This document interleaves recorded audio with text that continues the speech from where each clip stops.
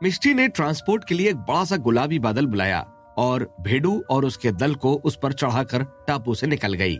ये गुलाबी बादल उड़ान के लिए बना खास जादुई खजाना था। इसकी रफ्तार भले ही उड़ती तलवार जैसी नहीं थी, लेकिन इसमें काफी सामान यहाँ से वहां जाया जा सकता था। मिष्टी के जाने पर वसीम और बाकी लोग तुरंत टापू से निकले। वसीम किसी कारण से अभी टापू पर और समय बिताना चाहता था। रात आसमान में चढ़ चुकी थी। तारे और चांद आसमान में चमक रहे थे। टफी गुलगुले वसीम से गुड नाइट कहने के बाद राज अपने टेंट में आ गया। आज उसने काफी कुछ देखा था, इसलिए वो बिस्तर पर लेटते ही सो गया। सोने के साथ ही उसे एक अजीब सपना आया। सपने में वो एक छोटी सी सुंदर लड़की में बदल गया था। उसका कमरा काफी आम चीजों से सजा हुआ था, लेकिन ध्यान से देखने पर समझ आ रहा था कि ये चीजें थोड़ी पुरानी थी। जैसे टीवी काफी बड़ी सी ब्लैक एंड व्हाइट थी और उसमें अभी ऐड आ रही थी। इस तरह के कई बार सपने आने के कारण राज को अब इस सब की काफी आदत हो गई थी। जैसे ही उसे ये लाइफ जैसा सपना दिखना शुरू हुआ, वो तुरंत ही समझ गया कि अब उसे किसी दूसरे की जिंदगी में शामिल होकर रहना है। हालांकि उसे अभी तक ये तो नहीं पता चल पाया था कि उसे इस तरह के सपने आखिर क्यों आते हैं, लेकिन उसने इस चीज की आदत जरूर डाल ली थी। अभी तक कलंदर, लोकेश, प्याली की जिंदगी के सपने आने के बाद आज राज को किसी और का सपना आया था।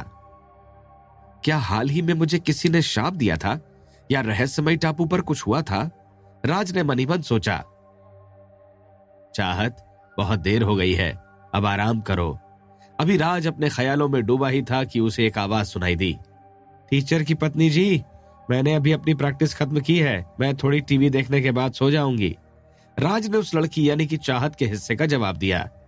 चाहत नाम सुनते ही राज को होश आया कि वो परितोष परिवार की चाहत के सपने में आ चुका था, लेकिन उसका सपना राज को क्यों आ रहा था, इस बारे में राज अनजान था। राज को कलंदर ने शाप दिया था।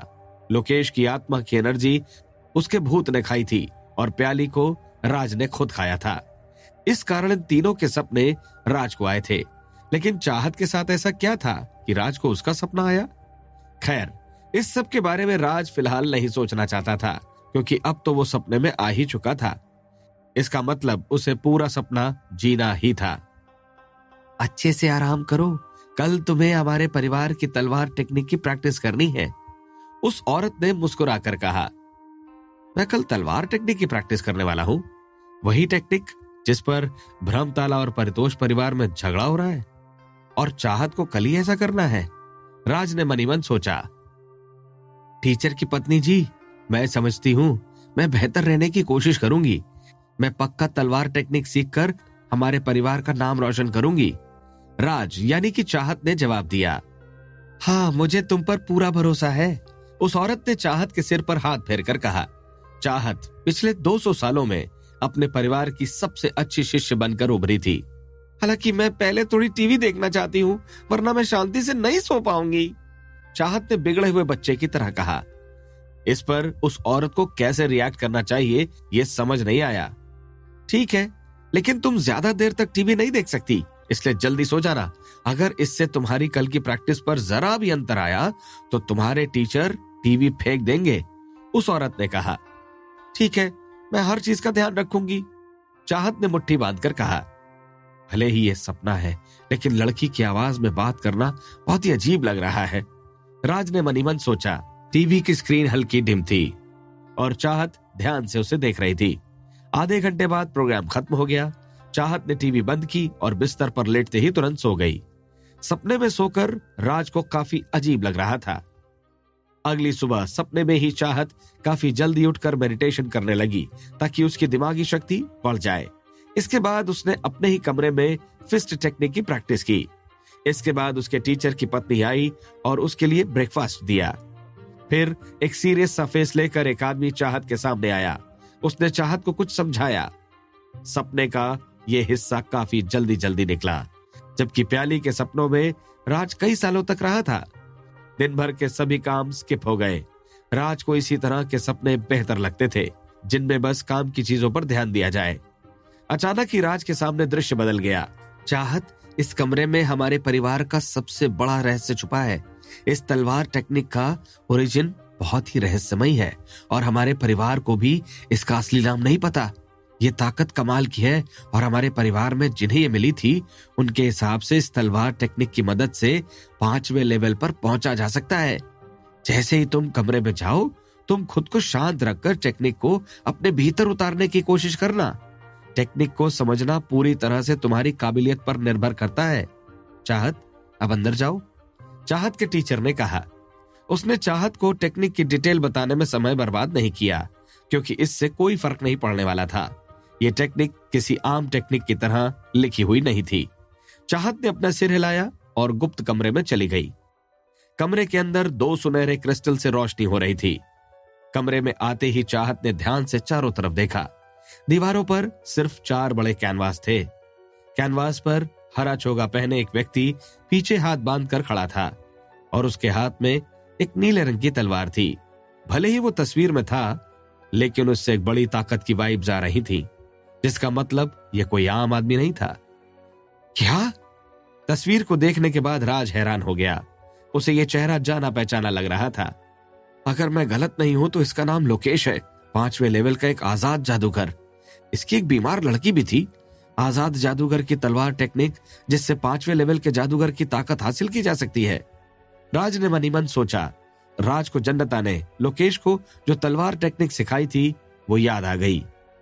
राज को ठीक ठीक याद था कि लोकेश के सपने में उसे बचपन में कोई बीमारी हुई थी। जब तक लोकेश जन्नता का शिष्य नहीं बना था, तब तक वो बीमारी उसके साथ रही थी। अब राज को लोकेश के जीवन का एक और हिस्सा दिखने वाला था।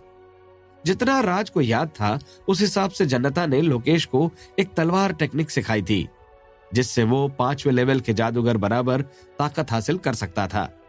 राज ने इस टेक्निक को खुद अपनी आंखों से जन्नता को देते हुए देखा था। हालांकि राज की किस्मत खराब थी कि इस पूरी प्रक्रिया की उसकी याददाश्त के हिस्से टुकड़ों में थे। यहां तक कि जन्नता ने जिस भाषा का इस्तेमाल किया था, राज को वो भाषा भी समझ नहीं आई थी। इसलिए राज को तलवार टेक्निक के कुछ मूव ही बस याद थे।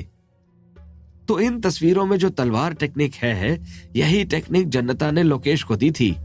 राज ने अनुमान लगाकर सोचा। अभी राज अपने ख्यालों में ही डूबा था, तभी चाहत कमरे के बीच में पालथी लगाकर बैठ गई। इसके बाद वो ध्यान से चारों कैनवास को देखने लगी और उसे समझने लगी। लोकेश चारों कैनवास में अलग अलग पोज में था। क्या कोई सिर्फ तस्वीरों को देखकर किसी टेक्निक को समझ सकता है? नहीं, शायद ये बस कोई बहरूपिया ढंग होगा। इन तस्वीरों में ऐसा कुछ जरूर होगा जो तलवार टेक्निक को समझने में मदद करे। राज ने मनी मन सोचा। राज चाहत की नजरों पर काफी ध्यान दे रहा था। शायद राज के समझने की क्षमता काफी कम थी, इसलिए उसे लोकेश के अलग अलग पोज में कुछ भी समझ नहीं आ रहा था। क्या परितोष परिवार ने वाकई इन चारों तस्वीरों में तलवार टेक्निक को समझाया है? शायद इसे समझने के लिए काफी ज्यादा समझ की जरूरत है, राज ने मनी मन सोचा। राज इन तस्वीरों को जन्नता वाली याद से जोड़ने के बाद भी कोई सुराग नहीं ढूंढ पा रहा था। क्या मेरी समझ इतनी कम है? फिर जब मैं तलवार टेक्निक सीखने के काबिल ही नहीं था, तो जन्नता ने मुझे खुद अग्नि तलवार टेक्निक क्यों सिखाई? कहीं इसका मतलब ये तो नहीं कि मैं अपनी पूरी जिंदगी कभी तलवार का इस्तेमाल नहीं कर पाऊंगा? क्या मैं बस तलवारों से काट छाट ही करता रह जाऊंगा?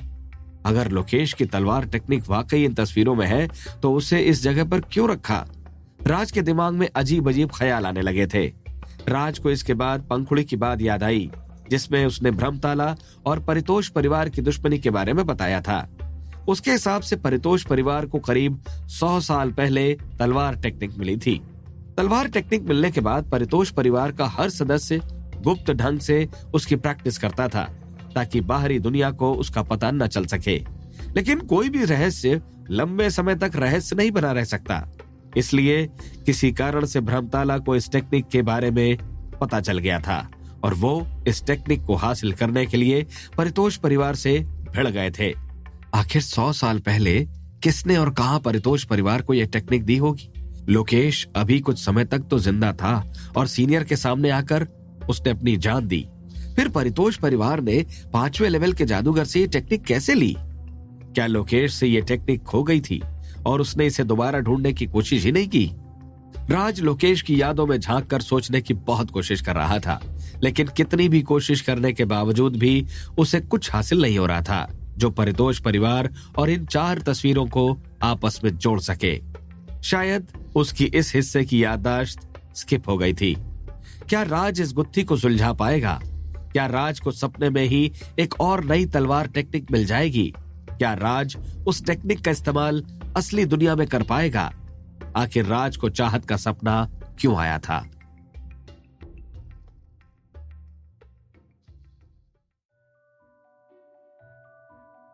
कहीं ऐसा तो नहीं कि लोकेश ने 100 साल पहले ही परितोष परिवार को यह तलवार टेक्निक दी थी? लेकिन ऐसा कैसे हो सकता है? परितोष परिवार तो बहुत ही आम है, जबकि लोकेश 5वें लेवल का जादूगर था। फिर वो परितोष परिवार को अपनी टेक्निक नहीं दे सकता। अरे रुको जरा, करीब 100 साल पहले ही लोकेश की बेटी बुरी तरह से बीमार पड़ी थी और उसे किसी जादुई खजाने की जरूरत आई थी। क्या उसने खजाने के बदले में टेक्निक का सौदा किया होगा? नहीं, ये नहीं हो सकता। किसी भी हाल में लोकेश जनता की दी हुई टेक्निक का सौदा नहीं करेगा। लोकेश जनता की बहुत इज्जत करता था। फिर शायद ये तलवार टेक्निक लोकेश ने खुद ही बनाई होगी। राज ने एक और अनुमान लगाया। राज को काफी अच्छे से याद था कि लोकेश की बेटी बीमार होने के पहले तक उसकी किस्मत काफी अच्छी थी।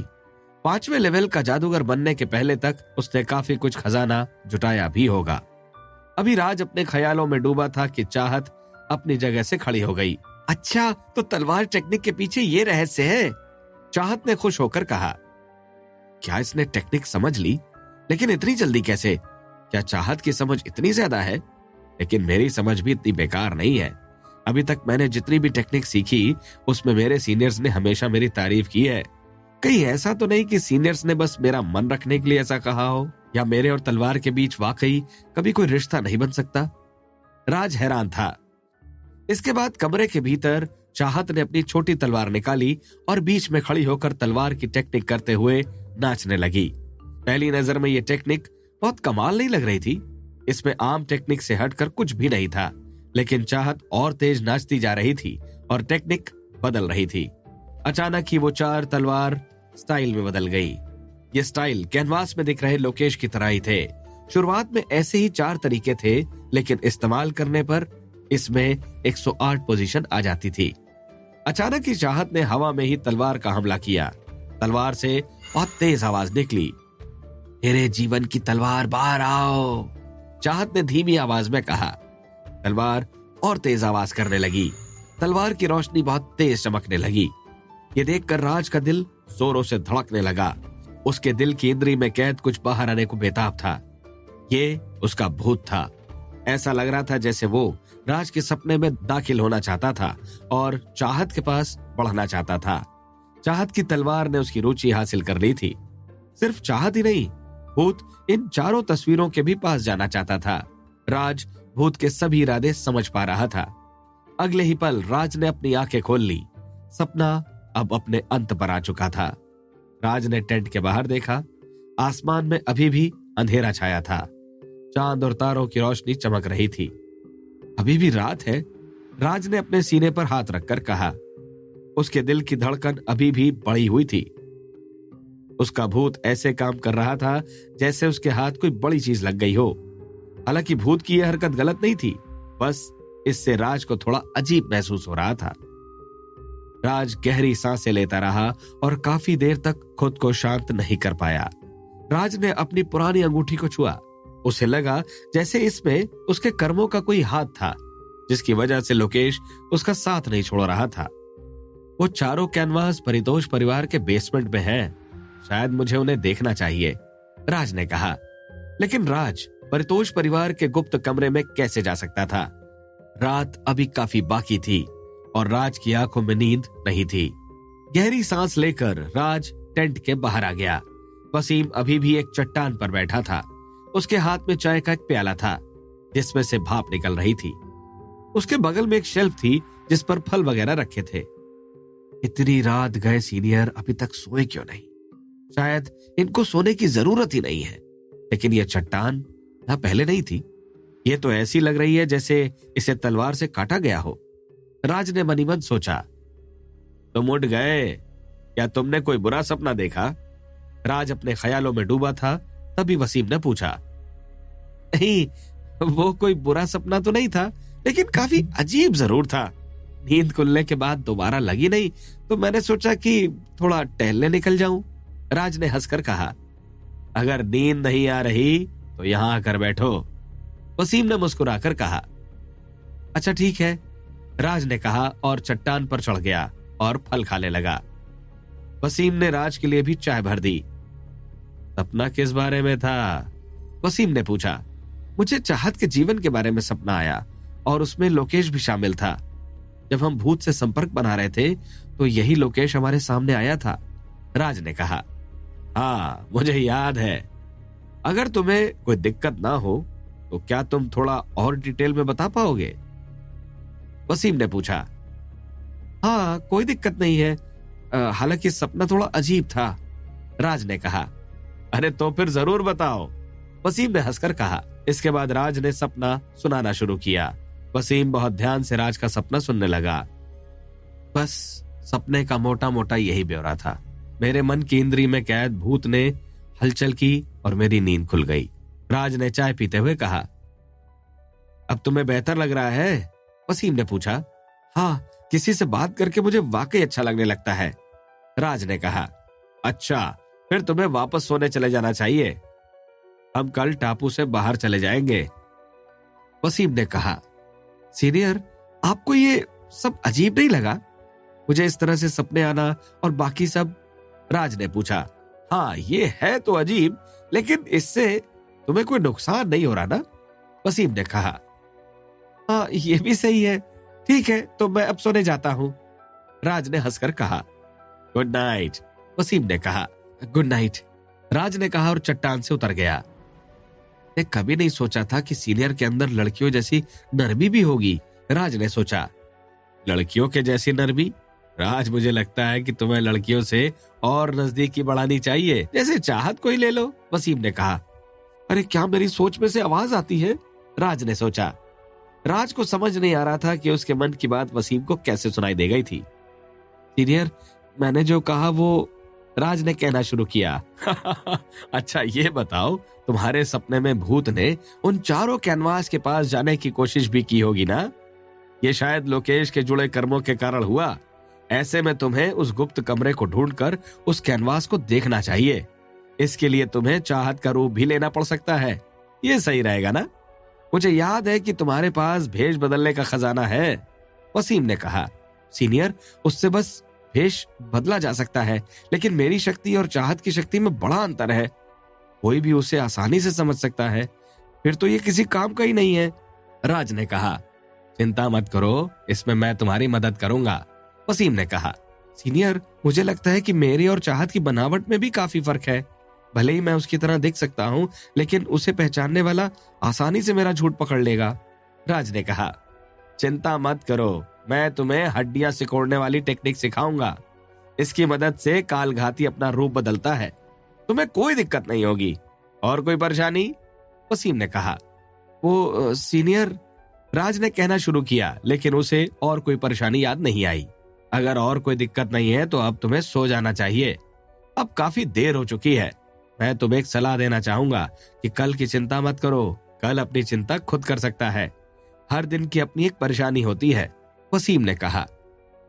राज के पास जवाब देने के लिए कुछ भी नहीं था। टेंट में लौटते हुए राज की आंखों में आंसू थे। रात के इस अंधेरे में जब काफी लोग सो रहे होते हैं, तब भी शायद कोई काम कर रहा होता है।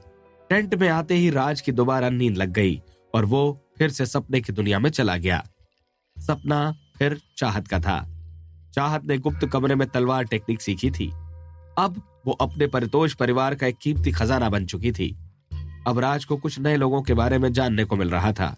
चाहत से जो भी मिलने आता, राज को उसकी जानकारी मिल रही थी। इतने लोगों के बारे में जानकर राज को लगने लगा कि अगली सुबह जब राज उठेगा तो वो चाहत को बहुत करीब से जानने लगा होगा। अगली सुबह से उसके और चाहत के बीच कोई भी रहस्य नहीं रहेगा। सपना जारी रहा। चाहत ने अपने परिवार का भरोसा कायम रखा। उसने कभी भी अपनी प्रैक्टिस नहीं छोड़ी और हर रोज और मेहनत करती रही। आखिरकार वो 18 साल की हो चुकी थी। वो सिद्ध चक्र के पार जा चुकी थी। वो परितोष परिवार में सबसे कम उम्र में दूसरे लेवल की जादूगर बन गई थी। हालांकि राज को यह बात बहुत ही चौंकाने वाली लगी कि दूसरे लेवल का जादूगर बनना वाकई इतनी बड़ी बात हो सकती थी, जबकि राज अभी सिर्फ 1.5 महीने से ही जादूगर के सफर पर चल रहा था और वो दूसरे लेवल के जादूगर तक पहुंच गया था। इसी जगह चाहत को करीब 10 साल का समय लगा था। क्या मैंने कहीं धोखेबाजी की? राज ने मनी मन सोचा। कहीं न कहीं राज ने इस सफर में धोखेबाजी तो की थी। यहां से बाहर निकलते ही मैं पहाड़ी महारथियों से पूछूंगा कि 1.5 महीने में दूसरे लेवल का जादूगर बना जा सकता है या नहीं। अभी पहले तो यहां से निकलकर मुझे पंखुड़ी को चेतावनी देनी है कि वो वसीम का भेजा तोहफा न खोले, लेकिन शायद पंखुड़ी को यह तोहफा पसंद भी आ सकता है। उसे वैसे भी बंजी जंपिंग करनी थी। राज ने मनी मन सोचा। ख्यालों में डूबे हुए राज को अभी भी चाहत की जिंदगी दिख रही थी। क्या राज समय रहते पंखुड़ी को बता पाएगा? क्या अपने आप खुलने वाले तोहफे से पंखुड़ी खुद को बचा पाएगी? आखिर राज को चाहत का सपना फिर से क्यों आ रहा था?